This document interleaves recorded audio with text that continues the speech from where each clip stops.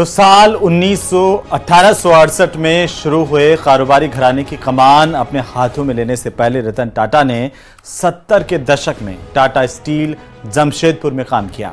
बारीकियों को जानने के बाद ग्रुप ने दमदार एंट्री ली और टाटा समूह को आसमान की बुलंदियों तक पहुंचा दिया। इस कामयाबी का श्रेय रतन टाटा की दरियादिली को दिया जाता है। उनकी दानशीलता के किस्से पीढ़ियों को प्रभावित करने वाले हैं।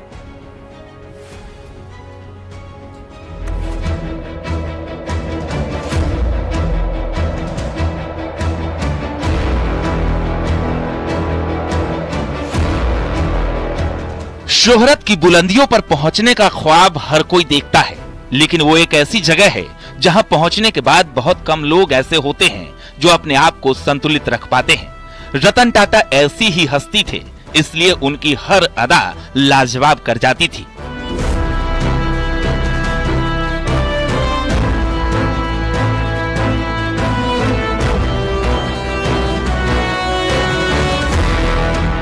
रतन टाटा के बारे में ये बात भी मशहूर है कि वो अपने अपमान का बदला बेहद सलीके से लिया करते थे। इसका एक किस्सा कार बनाने वाली कंपनी फोर्ड से जुड़ा है। दरअसल कार बनाने के लिए मशहूर कंपनी फोर्ड के चेयरमैन बिल फोर्ड ने रतन टाटा का भरी मीटिंग में मजाक बनाने की कोशिश की थी। बात 1998 की है। तब टाटा मोटर्स ने इंडिका नाम की कार लॉन्च की थी। उस वक्त ये एक नई तरह की छोटी कार थी जिसे रतन टाटा का ड्रीम प्रोजेक्ट माना जा रहा था, लेकिन इंडिका बाजार में नहीं चल पाई थी। टाटा मोटर्स घाटे में चली गई थी और तब रतन टाटा ने टाटा मोटर्स को बेचने के लिए फोर्ड से डील करने की कोशिश की थी। लेकिन फोर्ड के चेयरमैन बिल फोर्ड ने रतन टाटा पर तंज कसते हुए ये कहा था कि उन्हें कार बनाने के कारोबार में उतरना ही नहीं चाहिए था। माना जाता है कि इस बात ने रतन टाटा का दिल दुखा दिया था, जिसके बाद वो डील तो ठप हुई ही, रतन टाटा ने टाटा मोटर्स को बेचने का इरादा भी छोड़ दिया। दूसरी तरफ फोर्ड जिन दो गाड़ियों पर इतराती थी, उन्हें ही टाटा मोटर्स ने खरीद लिया था।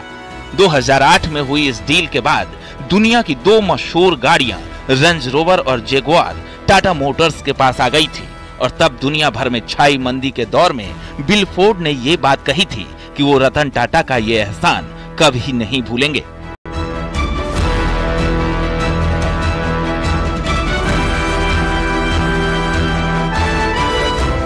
भारत का इंडस्ट्री का दिग्गज आज हमारे बीच नहीं रहा।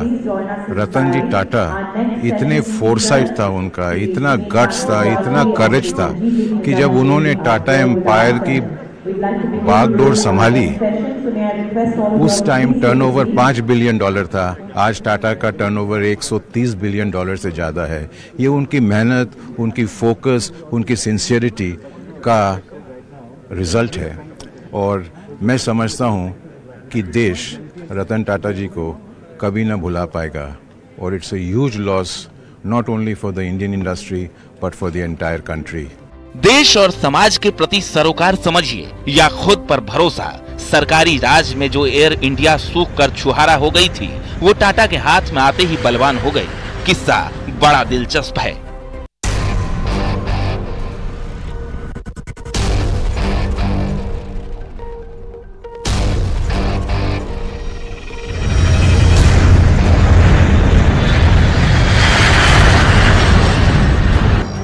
दरअसल कर्ज में डूबी एयर इंडिया को जब कोई खरीदने को तैयार नहीं हुआ था, तो रतन टाटा ने उसे खरीदने में दिलचस्पी दिखाई थी।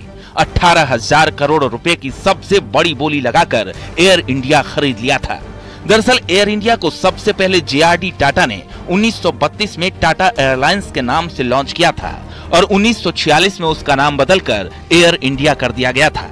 1954 में सरकार ने टाटा से एयर इंडिया को खरीद लिया था, लेकिन धीरे धीरे एयर इंडिया कर्ज में डूबती चली गई और जब सरकार ने इसे बेचने की कोशिश की तो भारी भरकम घाटे वाली इस कंपनी को कोई खरीदने के लिए तैयार नहीं हुआ, जिसके बाद रतन टाटा ने इसे खरीदने के लिए हाथ आगे बढ़ाया और 69 साल बाद एयर इंडिया की घर वापसी करवा ली थी।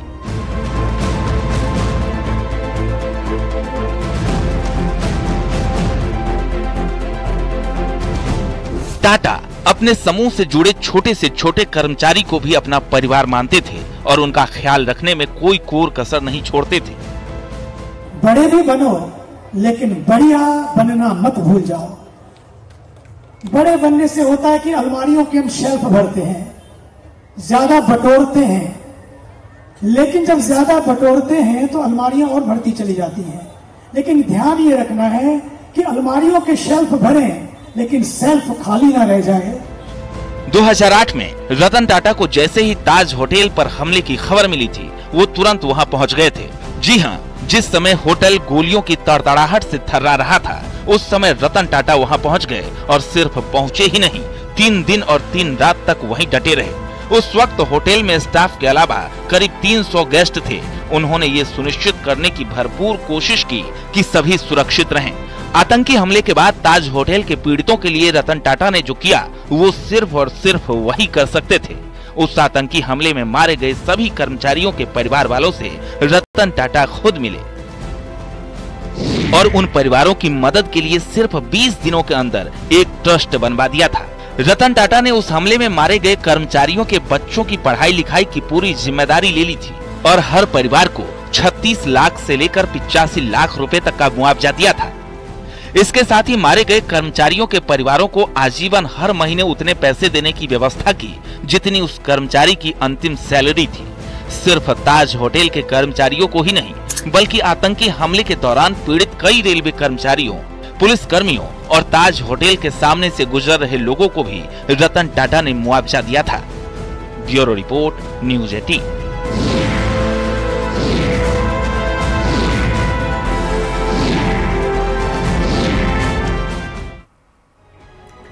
कहते हैं कि कभी किसी को मुकम्मल जहां नहीं मिलता, कहीं जमीन तो कहीं आसमान नहीं मिलता।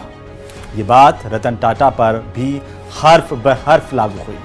दौलत और शोहरत की बुलंदियों को अपने कदमों में झुकाने वाले रतन टाटा की प्रेम कहानी परवान नहीं चढ़ पाई। एक टॉक शो में रतन टाटा ने यह माना था कि कई बार उन्हें अकेलापन महसूस होता है। कारोबार में कामयाबी का आसमान छूने वाले रतन टाटा को प्यार में सफलता नहीं मिली, या यूं कह सकते हैं कि उनकी प्रेम कहानी अधूरी ही रह गई। एक इंटरव्यू में उन्होंने खुद इस बात का जिक्र किया था कि उन्हें प्रेम तो हुआ, लेकिन उनका रिश्ता शादी तक नहीं पहुंच सका। उन्होंने बताया था कि 1960 के दशक में भारत और चीन की जंग की वजह से उनकी प्रेम कहानी अधूरी रह गई थी। दरअसल 1962 में भारत और चीन के बीच जंग छिड़ गई थी, जिसकी वजह से उनकी प्रेमिका अमेरिका से भारत नहीं आ सकी थी। उस इंटरव्यू के दौरान रतन टाटा ने बताया था कि उस वक्त उनकी प्रेमिका के माता पिता ने अपनी बेटी को भारत भेजने से मना कर दिया था। नतीजा ये हुआ कि जंग की वजह से उनका वो रिश्ता टूट गया। रतन टाटा ने बताया था कि जब 1960 के दशक में वे अमेरिका में पढ़ाई कर रहे थे, तब उनकी मुलाकात लॉस एंजलिस की रहने वाली उस लड़की से हुई थी। दोनों एक दूसरे को पसंद करते थे और शादी करने के लिए भी पूरी तरह तैयार थे। यहाँ तक कि उन्होंने आगे की जिंदगी का प्लान भी बना लिया था। रतन टाटा ने बताया था कि उस वक्त वे भारत नहीं लौटना चाहते थे और उन्होंने शादी करके अमेरिका में ही बस जाने का प्लान बना लिया था। लेकिन उसी वक्त उनकी दादी की तबीयत बहुत ज्यादा खराब हो गई थी। अमेरिका में रह रहे रतन टाटा को जैसे ही इसकी जानकारी मिली, उन्होंने भारत लौटने का फैसला कर लिया था। रतन टाटा ने बताया था कि उन्होंने अपनी प्रेमिका को भी भारत आने के लिए मना लिया था, लेकिन उसी वक्त भारत और चीन के बीच 1962 की जंग छिड़ गई थी, जिसका असर उनके रिश्ते पर पड़ा। बाद में जानकारी मिली कि उनकी प्रेमिका ने अमेरिका में ही किसी और से शादी कर ली थी। उस रिश्ते के टूटने के बाद रतन टाटा ने शादी नहीं की। अपनी छोटी सी लव स्टोरी पर दिए गए इंटरव्यू में उन्होंने ये स्वीकार किया था कि रतन टाटा को भी प्यार हुआ था। वह भी एक बार नहीं बल्कि 4 बार हुआ था। रतन टाटा और 1960 के दशक की एक्ट्रेस सिमी ग्रेवाल के बीच रिश्ते की भी चर्चाएं चली। हालांकि रतन टाटा ने कभी भी सिमी ग्रेवाल के साथ रिश्ते की बात सार्वजनिक तौर पर नहीं मानी थी, लेकिन उनके और सिमी ग्रेवाल के बीच के रिश्ते के बारे में उस वक्त के अखबारों और मैगजीन में कई खबरें छपा करती थी। कहा तो यह भी जाने लगा था कि रतन टाटा सिमी ग्रेवाल के साथ शादी करेंगे। 2011 में एक इंटरव्यू के दौरान सिमी ग्रेवाल ने भी कबूल किया था कि वे रतन टाटा से प्यार करती थी और शादी करना चाहती थी, लेकिन उनका रिश्ता आगे नहीं बढ़ सका था। सालों बाद एक इंटरव्यू के दौरान रतन टाटा ने भी शादी, बच्चे और जीवन के खालीपन को लेकर अपने दिल की बातें बताई थी। और खास बात ये थी कि वो इंटरव्यू सिमी ग्रेवाल ने ही लिया था। उस इंटरव्यू में शादी नहीं करने के सवाल पर रतन टाटा ने बताया था कि उन दिनों वो काम में इतने व्यस्त हो गए थे कि शादी के बारे में सोचा ही नहीं। करोड़ों की संपत्ति के मालिक रतन टाटा ने ना तो अपनी गाड़ी चलाने के लिए कभी ड्राइवर रखा और ना ही बॉडीगार्ड। ये बात खुद केंद्रीय मंत्री नितिन गडकरी ने बताई थी। एक कार्यक्रम के दौरान उनके बारे में बात करते हुए नितिन गडकरी ने उनसे जुड़े कई किस्से सुनाए थे और उनमें से एक किस्सा उस वक्त का भी है जब रतन टाटा खुद अपनी गाड़ी चलाकर उनके मुंबई वाले घर गए थे। उन्होंने मुझे फोन किया कि नितिन, मुझे तुम्हारा घर नहीं मिल रहा, आप ऐसा करो टाटा रतन जी, आप आपके ड्राइवर को फोन दो, मैं उसको बताता हूँ। बोले नितिन, मेरे पास ड्राइवर नहीं है, मैं खुद गाड़ी चला रहा हूँ। मेरे पास ड्राइवर नहीं है? बोले नहीं है। केंद्रीय मंत्री नितिन गडकरी ये सुनकर दंग रह गए कि करोड़ों की संपत्ति होने के बाद भी रतन टाटा के साथ ना तो कोई ड्राइवर था और ना ही कोई सिक्योरिटी। उन्होंने बताया कि उनके व्यवहार को देखकर कभी ऐसा लगा ही नहीं कि वे टाटा ग्रुप के मालिक हैं। कहीं भी चलने में, बोलने में, उनके व्यवहार में वे टाटा ग्रुप के मालिक हैं ये कभी महसूस ही नहीं होता था। इसके अलावा उन्होंने उनसे जुड़ा एक और किस्सा सुनाया था। उन्होंने बताया था कि वे उनके साथ एक फ्लाईओवर के उद्घाटन के लिए नागपुर जा रहे थे और उस वक्त भी हेलीकॉप्टर वे खुद ही उड़ा रहे थे। रतन टाटा ने सिर्फ हेलीकॉप्टर ही नहीं उड़ाया था, वे 69 साल की उम्र में लड़ाकू विमान F-16 उड़ाने वाले पहले भारतीय नागरिक भी थे। साल 2007 में बेंगलुरु में हुए एक एयर शो के दौरान रतन टाटा ने करीब 40 मिनट के लिए F-16 फाइटर जेट उड़ाया था। उनके इस कारनामे को देखकर पूरी दुनिया दंग रह गई थी, क्योंकि वे F-16 लड़ाकू विमान उड़ाने वाले पहले भारतीय नागरिक बन गए थे। विमान उड़ाने की खुशी उनके चेहरे पर साफ नजर आ रही थी। उन्होंने दूसरे पायलट के साथ मिलकर करीब 40 मिनट तक उस विमान में उड़ान भरी थी। इसके बाद जब उनसे इस अनुभव के बारे में पूछा गया तो उन्होंने इसे शानदार बताया था। 69 साल की उम्र में उस विमान को उड़ाने के लिए उनका जज्बा देखकर हर कोई हैरान रह गया था। महाराष्ट्र की एकनाथ शिंदे सरकार ने केंद्र सरकार से रतन टाटा की मौत के बाद उन्हें भारत रत्न दिए जाने की मांग कर दी। महाराष्ट्र की सरकार ने इसे लेकर एक प्रस्ताव भी पारित किया। रतन जी देश का अपना अनमोल रतन था, इसके लिए हमने उनको मरणोत्तर भारत रत्न देने का भी सिफारिश सेंट्रल गवर्नमेंट के पास किया है। पिछले साल गवर्नमेंट का और देश का पहला जो उद्योग रत्न अवार्ड था महाराष्ट्र गवर्नमेंट का उनको मिला था, तो वही अवार्ड को रतन टाटा उद्योग रत्न अवार्ड आज हमने JR निकाला है। और एक नावीन्यपूर्ण जो औद्योगिक भवन की बिल्डिंग बन रही है नरीमन पॉइंट पे, तो उसका भी नामकरण हमने रतन टाटा उद्योग भवन ऐसा किया है। इससे पहले फरवरी 2021 में भी रतन टाटा को देश का सबसे बड़ा सम्मान दिए जाने की मांग उठाई गई थी। तब सोशल मीडिया पर इसे लेकर एक अभियान शुरू किया गया था। देखते ही देखते सोशल मीडिया के लाखों अकाउंट उस अभियान से जुड़ गए थे। हालांकि तब रतन टाटा ने खुद ही इस तरह की मांग पर रोक लगाने की अपील की थी। उन्होंने सोशल मीडिया पर पोस्ट करके लिखा था कि वे भारतीय होने के नाते ही खुद को भाग्यशाली मानते हैं। रतन टाटा का जीवन नवीनता, नेतृत्व और करुणा से बुना हुआ एक टेपेस्ट्री है। टाटा नैनो के लॉन्च को लेकर वैश्विक नेताओं से मिलने और प्रतिष्ठित पुरस्कार प्राप्त करने तक उनकी यात्रा उत्कृष्टता और सामाजिक जिम्मेदारी के प्रति गहरी प्रतिबद्धता को दर्शाती है। चूंकि वह भावी पीढ़ियों को प्रेरित करते रहेंगे, रतन टाटा की विरासत निसंदेह कायम रहेगी और हमें ये याद दिलाएगी कि एक व्यक्ति देश के विकास और प्रगति पर कितना गहरा प्रभाव डाल सकता है। Bureau report, news 18 Rajasthan.